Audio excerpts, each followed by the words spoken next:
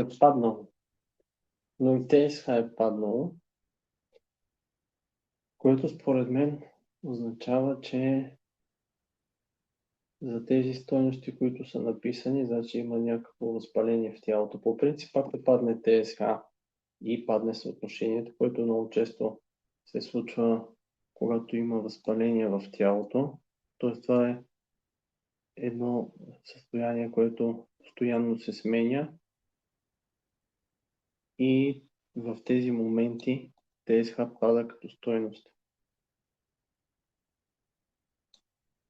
Но пък гледам, че реверс T3 е паднало също. А и по принцип това не е естествено за зимните месеци ТСХ да е по-надолу, което определено говори за някакво възпаление в тялото.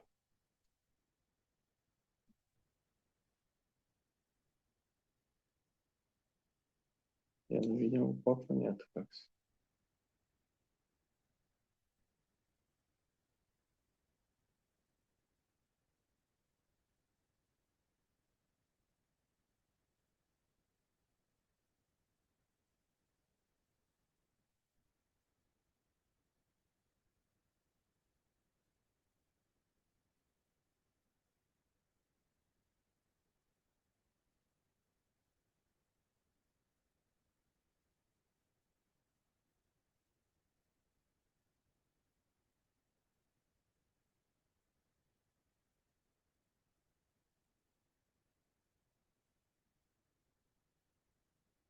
Не знам, понеже видях, че е излезнато и е влезнато отново от същия пациент, дали чу за какво говоря, за изследванията и преди това.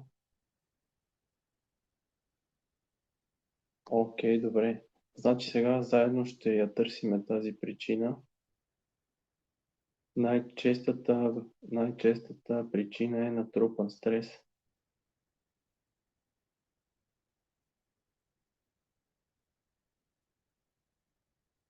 И според мен трябва да се започне от съня. Той коригира ли се, ще се повиши адаптивността на тялото към стрес. Това трябва да го няма. Това също.